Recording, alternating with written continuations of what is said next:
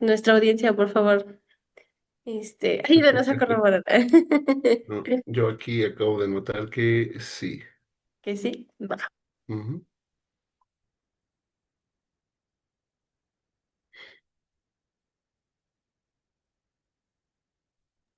Perfecto, pues ya, damos inicio.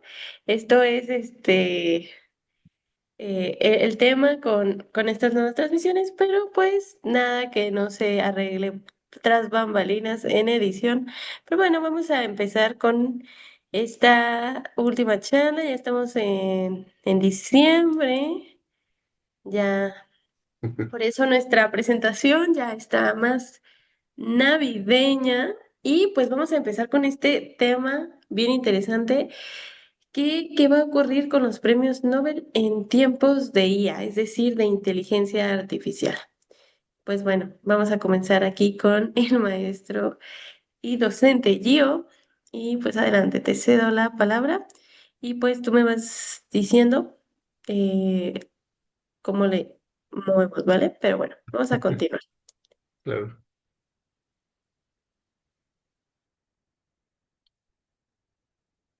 Mm, ujú. Bueno, pues sabemos que ahorita en la actualidad estamos viviendo una revolución en cuanto a, primeramente, cómo se adquiere el conocimiento, cómo se piensa el conocimiento y aparte también sobre las nuevas aplicaciones que se tienen con la tecnología en cuanto a la inteligencia artificial, ¿no? Y pues esto pues ha motivado precisamente a que hablemos acerca de los premios Nobel en tiempos de la IA. Y pues bueno, la pregunta que apertura es ¿qué opinan de la implementación de la inteligencia artificial para las nuevas investigaciones y sus implicaciones? Yo creo que es algo inevitable, es decir, ya, y es más, yo me atrevería también a mencionar que pues efectivamente es inevitable, pero aparte necesario.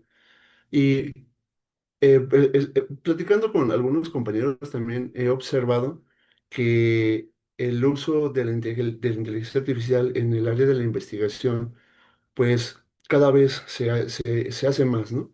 Y esto conlleva precisamente a que la información o las investigaciones o cómo nos acercamos a temas de frontera, es decir, a las nuevas barreras del conocimiento, pues sea cada vez más constante, más rápida y nos lleve también a un límite en cuanto a nuestras capacidades humanas, ¿no? Es decir, a lo mejor lo que pues anteriormente era difícil, ya sea analizar 200 papers o analizar 300 papers o publicaciones, pues con el uso de la inteligencia artificial esto se ha hecho más óptimo, ¿no? Se ha avanzado muchísimo más e incluso pues yo me atrevería a pensar y a decir que la investigación posteriormente sí va a requerir cierta capacidad del ser humano, estar ahí observando los procesos, pero pues todo el trabajo pesado lo van a estar haciendo estas nuevas inteligencias, ¿no?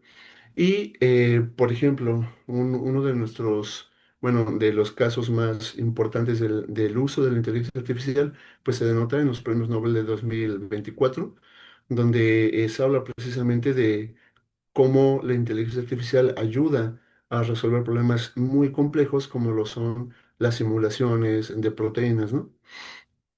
Y pues nada, en este caso, pues recordemos que el 2024 estuvo plagado de precisamente esta, cómo la inteligencia artificial aborda problemas de la ciencia y se ven reflejados en los premios Nobel 2024. Y ahorita para el 2025, pues vamos a ver también cómo se han avanzado.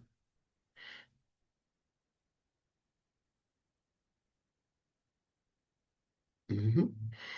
Y bueno, pues digámoslo de alguna manera, como pioneros en la elaboración, ¿sí? De la inteligencia artificial o precursores de la inteligencia artificial, pues tenemos a John Hopfield y Geoffrey Hinton, ¿no? Y estos dos personajes pues reciben precisamente el Premio Nobel de Física 2024 Y es curioso que este premio Nobel esté plagado o rodeado de algunas como controversias, ¿no? En el sentido de que muchos en la academia, es decir, en el mundo científico, se preguntaban si realmente era una aplicación de la física o esto entraría más en el área de programación, de la informática.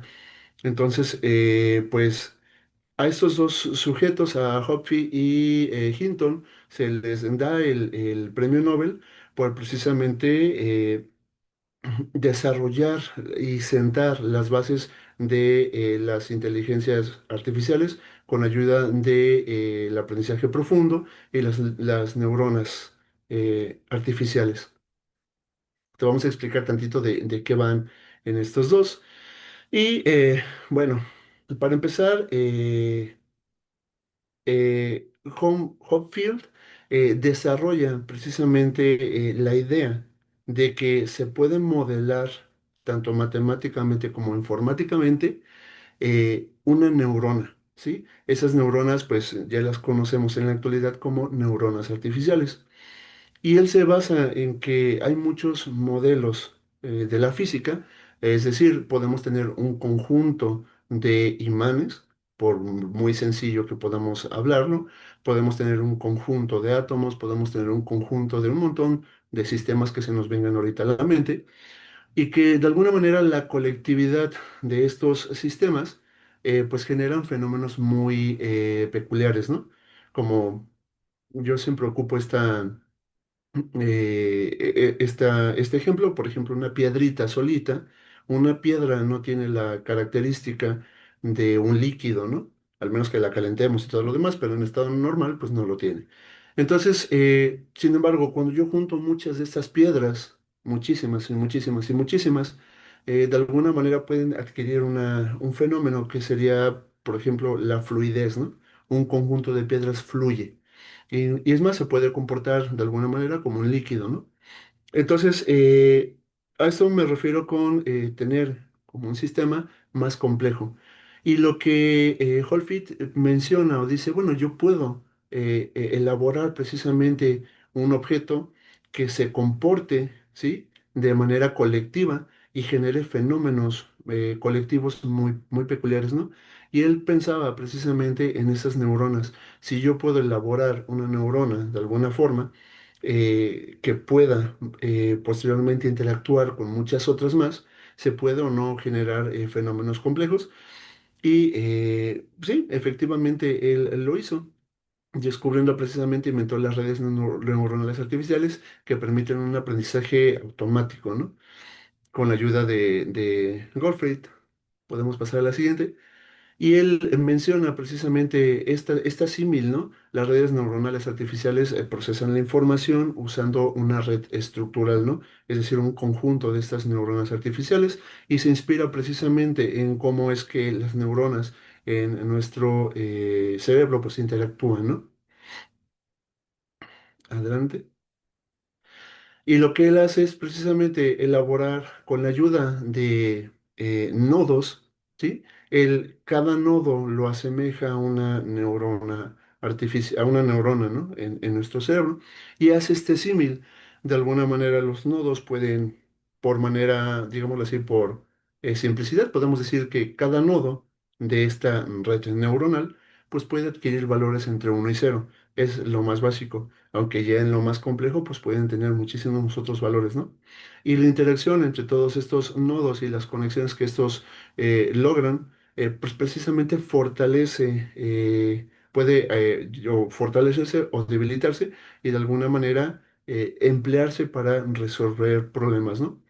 Esta idea de, ay, se me olvida su nombre, Horfried, ajá, lleva precisamente a que posteriormente, a través de la visualización de la física, ¿sí? La observas, la comparación con un fenómeno biológico como son las neuronas, pues se lleva a cabo precisamente esta estructuración de estas redes neuronales, que posteriormente, más adelante, eh, Hipton, lo que él hace es hacer este símil, ¿sí? De este conjunto de neuronas, pues si bien de neuronas artificiales, de redes neuronales, si bien pueden asemejarse a un conjunto físico, pues entonces también le puedo dar energía, puedo observar ciertas características de esta, como por ejemplo la energía, y posteriormente a través de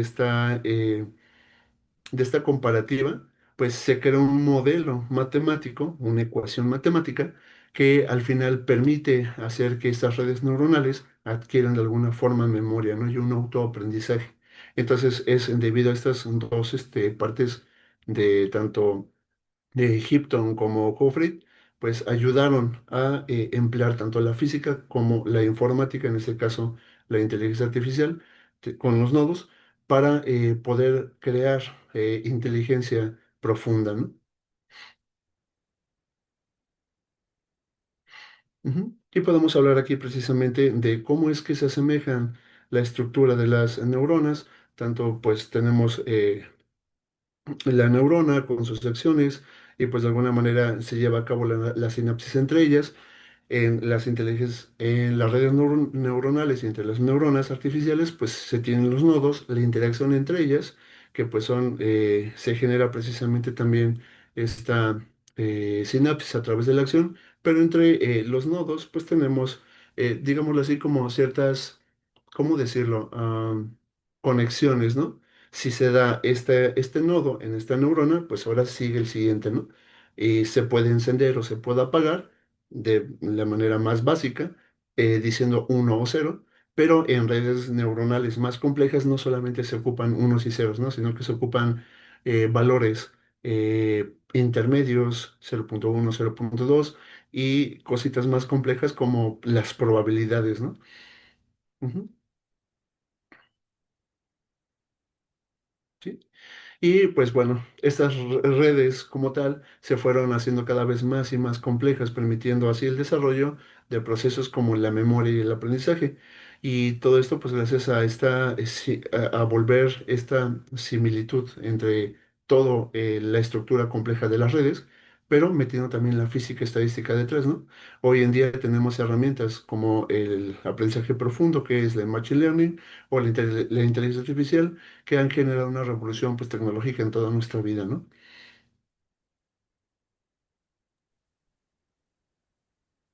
Ha estado súper interesante este premio Nobel. Y de hecho, bueno, me falta mencionar que estas ilustraciones súper bonitas de los premios Nobel del 2024 son del biólogo ilustrador y ilustración de ciencia. Entonces, al inicio de las diapositivas están sus redes para que lo vayan y lo sigan. Y sobre todo porque tiene muchos procesos. Vamos a ver en estos del 2024 vamos a ver sus ilustraciones y pues para que se tenga también este reconocimiento a su trabajo. Y vamos con no sé si conocías, Gio, que hay pues diferentes estadísticas de 1901 hasta el 2024, ahí estaban estas estadísticas y pues el más joven que había recibido hasta el 2024 el premio Nobel es de 35 años, así que todavía hay esperanza de recibir un premio Nobel.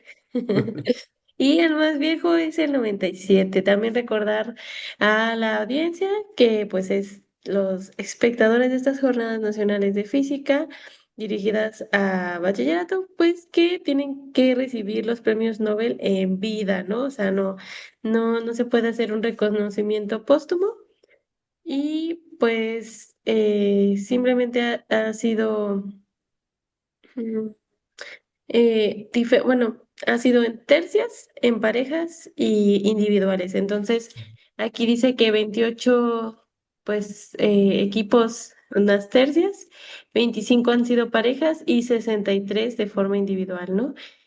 Y hasta el 2025 ya serían 29. Bueno, sí, solamente contamos a los de física Ah, porque bueno. son unas tercias. Tuché. Ah. Y pues ya, todo esto lo pueden ver en la página de los Nobel Prize. Y de hecho, pues también estas ilustraciones, tanto las explicaciones y así, también vienen pues de su página oficial. Y vamos a ver qué más depara la inteligencia artificial justo con este premio de química del 2024 que, bueno, primero se le da, es como dos trabajos que finalmente en conjunto se dieron y fue uno a David Baker por el diseño computacional y tanto Demis Hassabis y John M. Jumper por la predicción de estructuras. Pero pues antes de entrar a este como premio y que nos expliquen, hay que resaltar, bueno, el dogma central de la biología, pues nosotros todas nuestras células tienen ADN y este ADN pasa a ARN y pues luego se traduce al lenguaje de los aminoácidos, que son como bloquecitos que se van ensamblando y eso hace nuestras proteínas.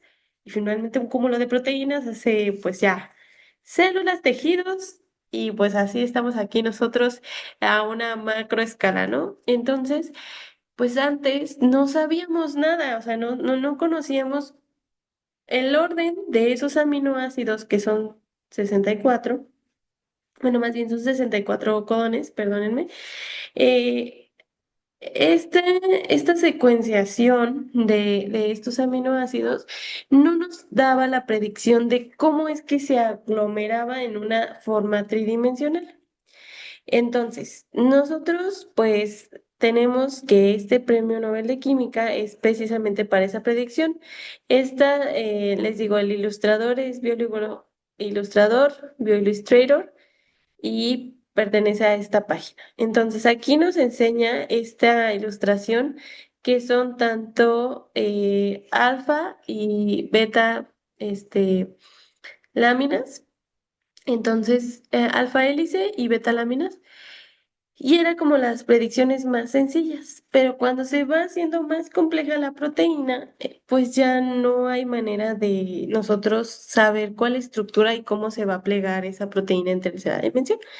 Entonces, lo que se hacía es que se aislaba y se cristalizaba de una manera muy, muy pura. O sea, para cristalizar una sustancia tiene que estar pura, pura y solamente esa pues eso que nos interesa. Y después se le irradiaba rayos X para ver la sombra de cómo es que se difractaba esa estructura y entonces, de acuerdo a si se desviaba a la derecha, a la izquierda, etcétera, etcétera, los científicos iban como en reversa. Ah, pues aquí debería de ser este aminoácido y así. Entonces, era una manera de como ver la estructura y así varios, por ejemplo, en Querétaro vino un premio Nobel que se ganó ese premio Nobel, justo era un físico eh, que era por cristalizar el ribosoma. El ribosoma es un organelo en la célula que se encarga justamente de hacer el proceso de traducción, es decir, del ARN que está en nucleótidos y lo pasa a aminoácidos, ¿sabes? Entonces, bueno, en el 2024 son tres científicos los que ganan y pues David Baker por su diseño computacional, porque él empieza todo como, ¿y qué pasaría si empezamos a diseñar a predecir las proteínas, no con todo este procedimiento tan laborioso en laboratorio, sino a través de predicciones? Y eh, Javis y Jumper por el trabajo de la predicción. Aquí cabe resaltar que desde 1994 se ha estado haciendo un concurso que se llama CAS por su nombre en inglés, que es Critical Assignment of Structural Prediction, que básicamente es que muchas personas empezaban así como que a ver de acuerdo a la secuencia, adivinaba o predecía más certeramente o más acercadamente las proteínas. Pero pues no, o sea, a pesar de que se dieron 8 predicciones, o sea, como 8 concursos, no, ninguno se acercaba tanto como lo fue AlphaFold. AlphaFold es la inteligencia artificial. Sí. Entonces, bueno, aquí me voy a retroceder. No recordaba que teníamos este, pero miren, aquí está la secuencia de aminoácidos. Esta es la estructura primaria. Entonces, aquí nos van diciendo, así como si fueran perlitas, cómo es que se va poniendo cada proteína y de acuerdo a la interacción que están en estos aminoácidos, se va a plegar de cierta manera. Ya les digo, la alfa hélice o las láminas, ¿no?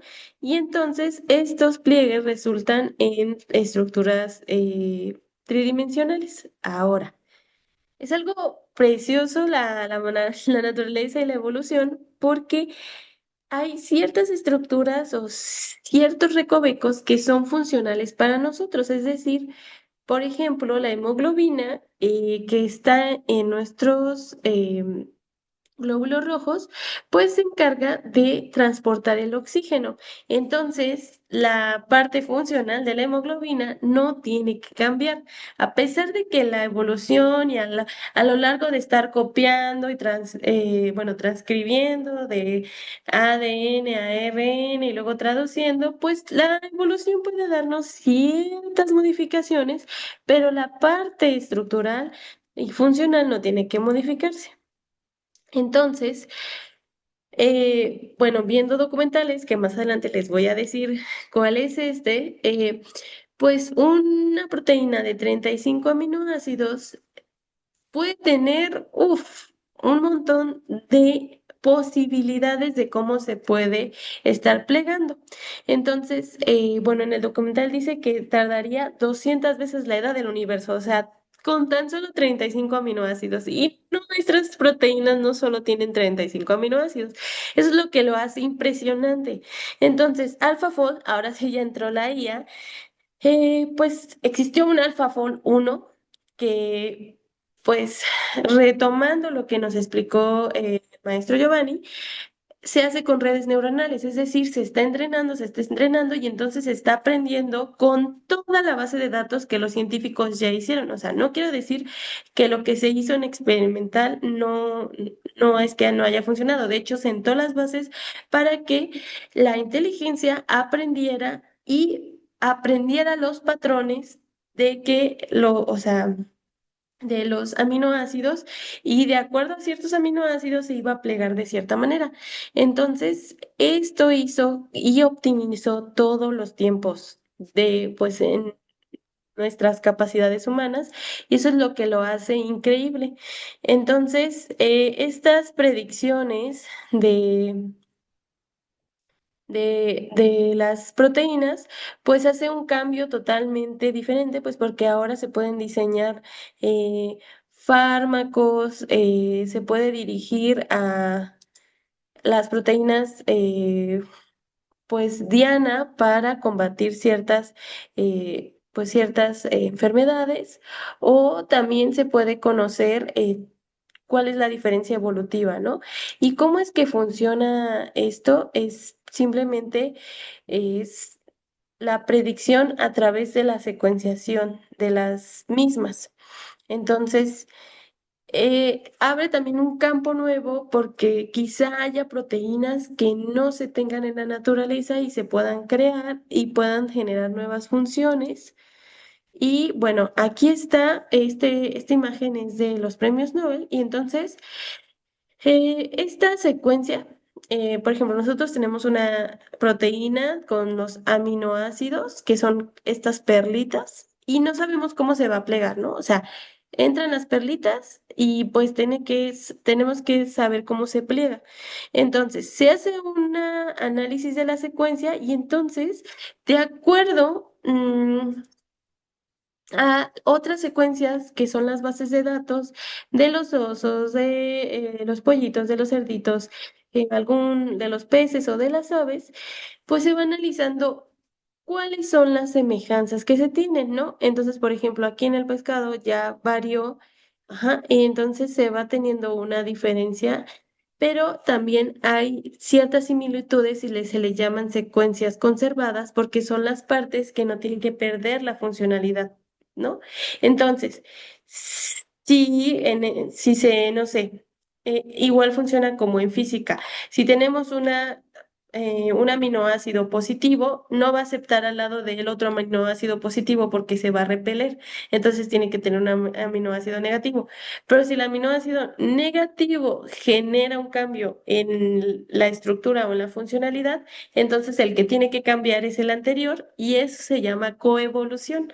Entonces, bueno, o sea, la naturaleza, me gustó mucho una frase que utilizó Veritasium, que dice que no se repara si no está roto, o sea, a menos que no funcione, no se tiene que modificar, o sea, si sigue funcionando, y aunque se modifique, no pasa nada. Entonces, estos análisis es lo que hace que, base a las redes neuronales, el aprendizaje, a las neural networks, que son las redes neuronales, y hace un análisis, pues, que una mente humana no pudiera, porque, y aparte en un tiempo muy rápido, y de esa manera va al ciclo uno ciclo 2 o sea, de acuerdo a alfa 2 hace un mapeo, qué tan cercano o o qué tan lejano está de la estructura de, pues, las proteínas que se conocen y aparte qué tan cercanos o lejanos pueden estar, porque hay aminoácidos básicos, ácidos, etcétera, y estos tienen cargas. Entonces, finalmente nos arroja una estructura hipotética que, dada la casualidad, porque recordemos que les dije que en 1994 había un concurso, pues sus predicciones anteriores. Entonces, esa es la maravilla de Alpha 2, ¿ok?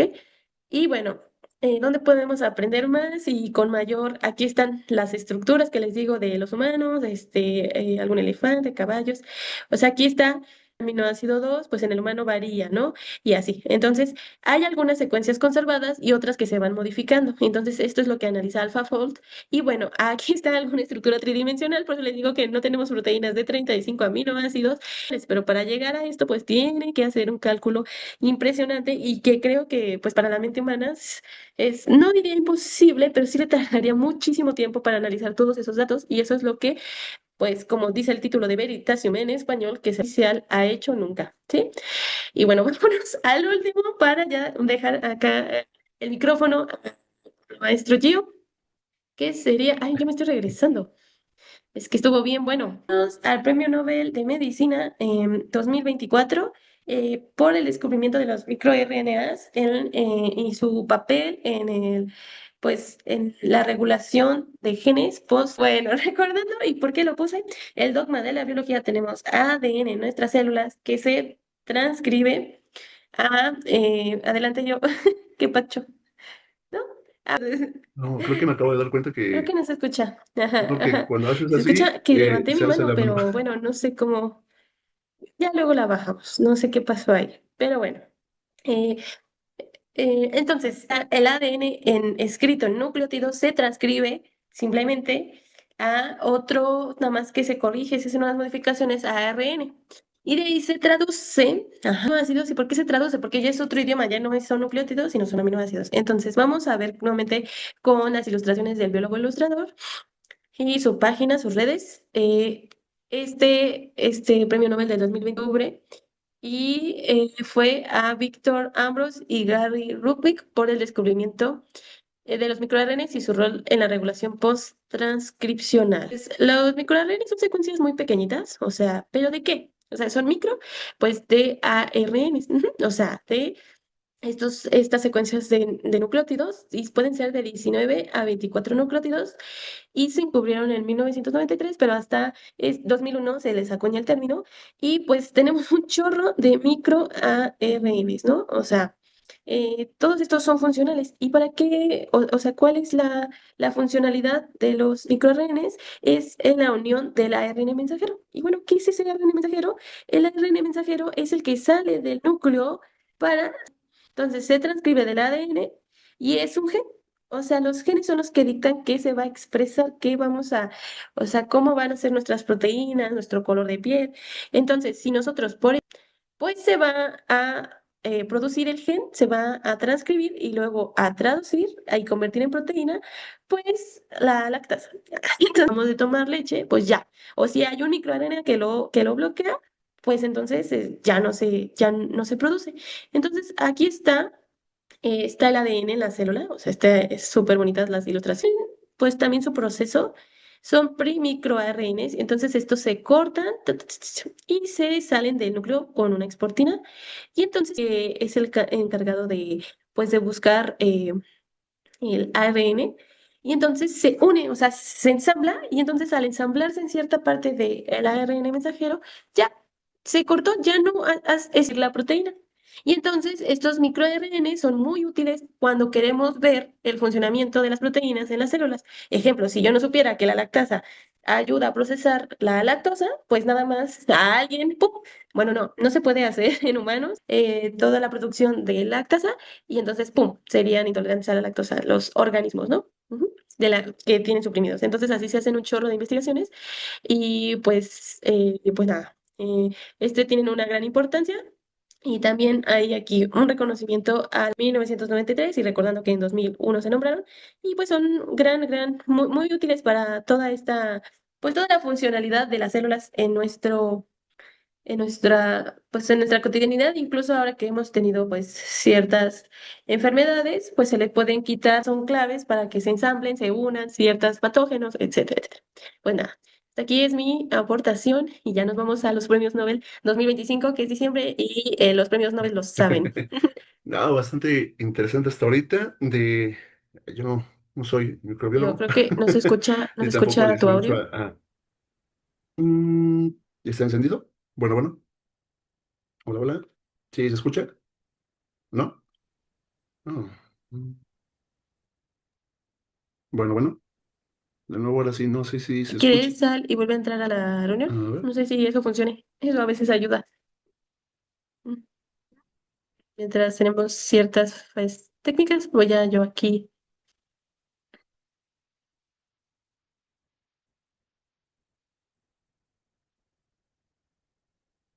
Hola, hola. No se ¿No? escucha. ¿No se ¿Qué escucha? pacho? Mm, ¿Ahora? Oh, oh. Mm. No, mi micrófono está encendido, pero Mira, en la vamos. transmisión sí se escucha. ¿Sí? Pues ya, Ok. nos quedamos con eso. Ok, sí se escucha la transmisión entonces. Sí se escucha. Ujú, sí, Ah, va, vale. pues va. Adelante. Ok, bien. Primeramente, en 2025 es catalogado, ¿sí? Bueno, mejor dicho, es mencionado como el Año Internacional de la Ciencia y la Tecnología. En años precisamente de, pues, el haber descubierto y desarrollado esta nueva parte de la ciencia. Y pues cae casi como anillo al dedo en que el Premio Nobel de Física 2025 esté muy, pero muy relacionado con la física cuántica. Voy a intentar intentar como todos los premios Nobel que hemos hecho hasta ahorita, pero bueno, de aquí pues es nuestra chamba, ¿no? Entonces vamos a intentar hacer esto. Este premio va para John Clerk, para Michel Endeavoret y para John Martínez. Estos tres físicos pues son galardonados con el Premio Nobel 2025, el cual, primeramente, un efecto de la mecánica cuántica a nivel en un nivel macroscópico. ¿Ok?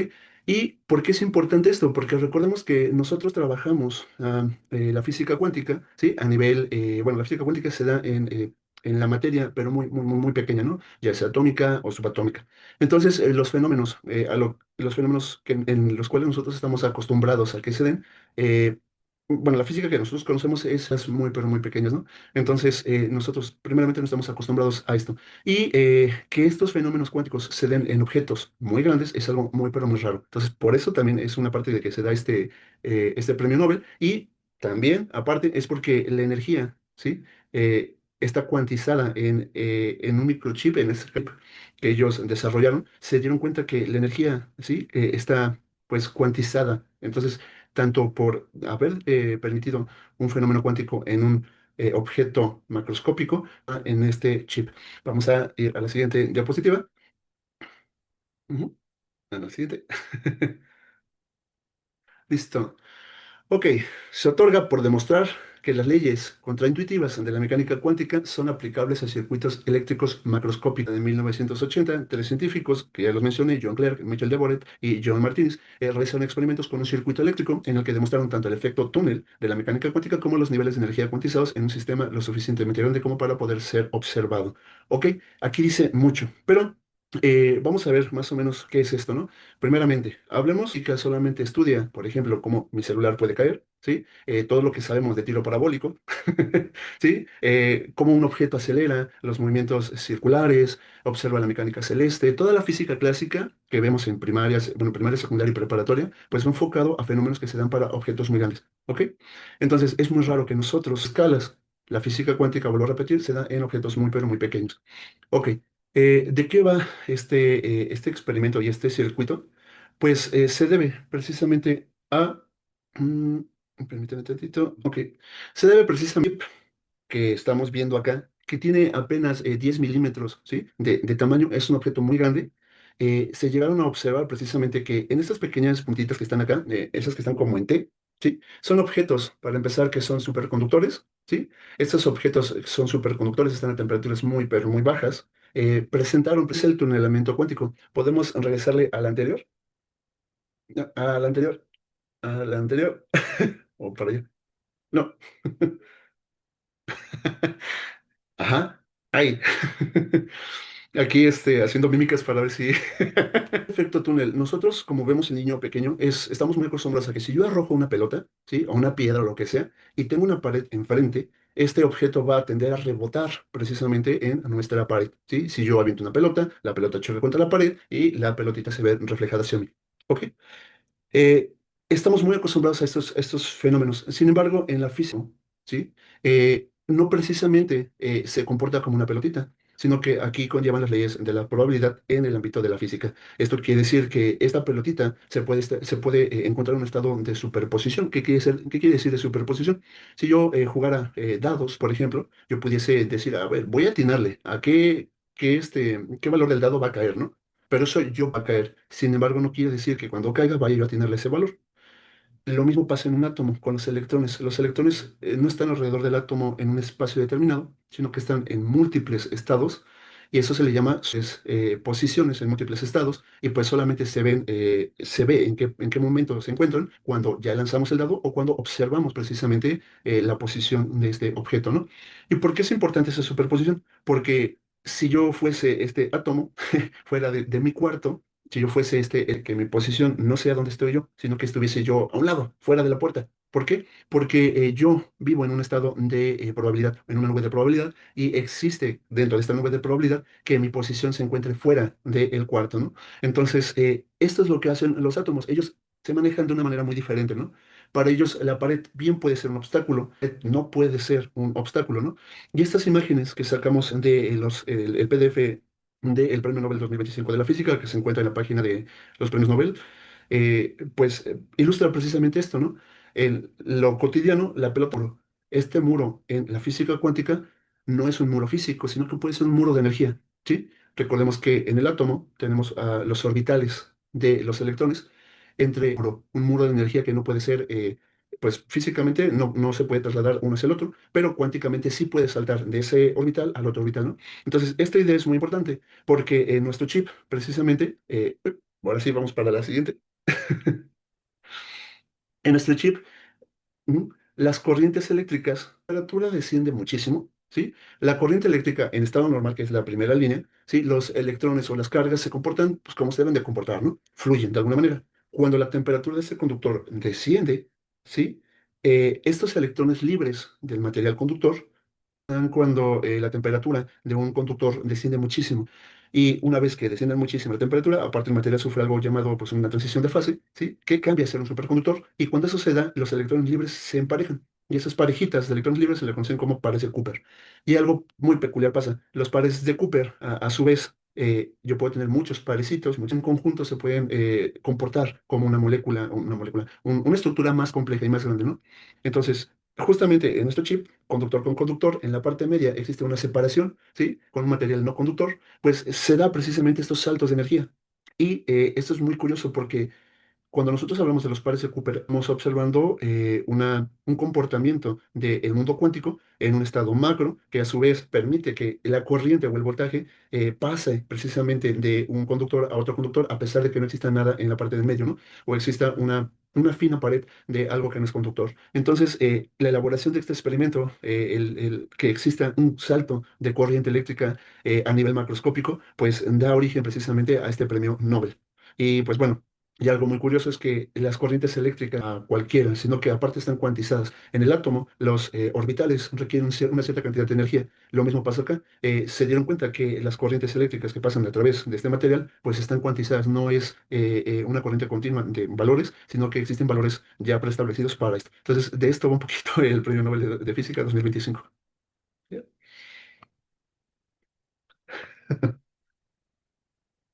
Listo.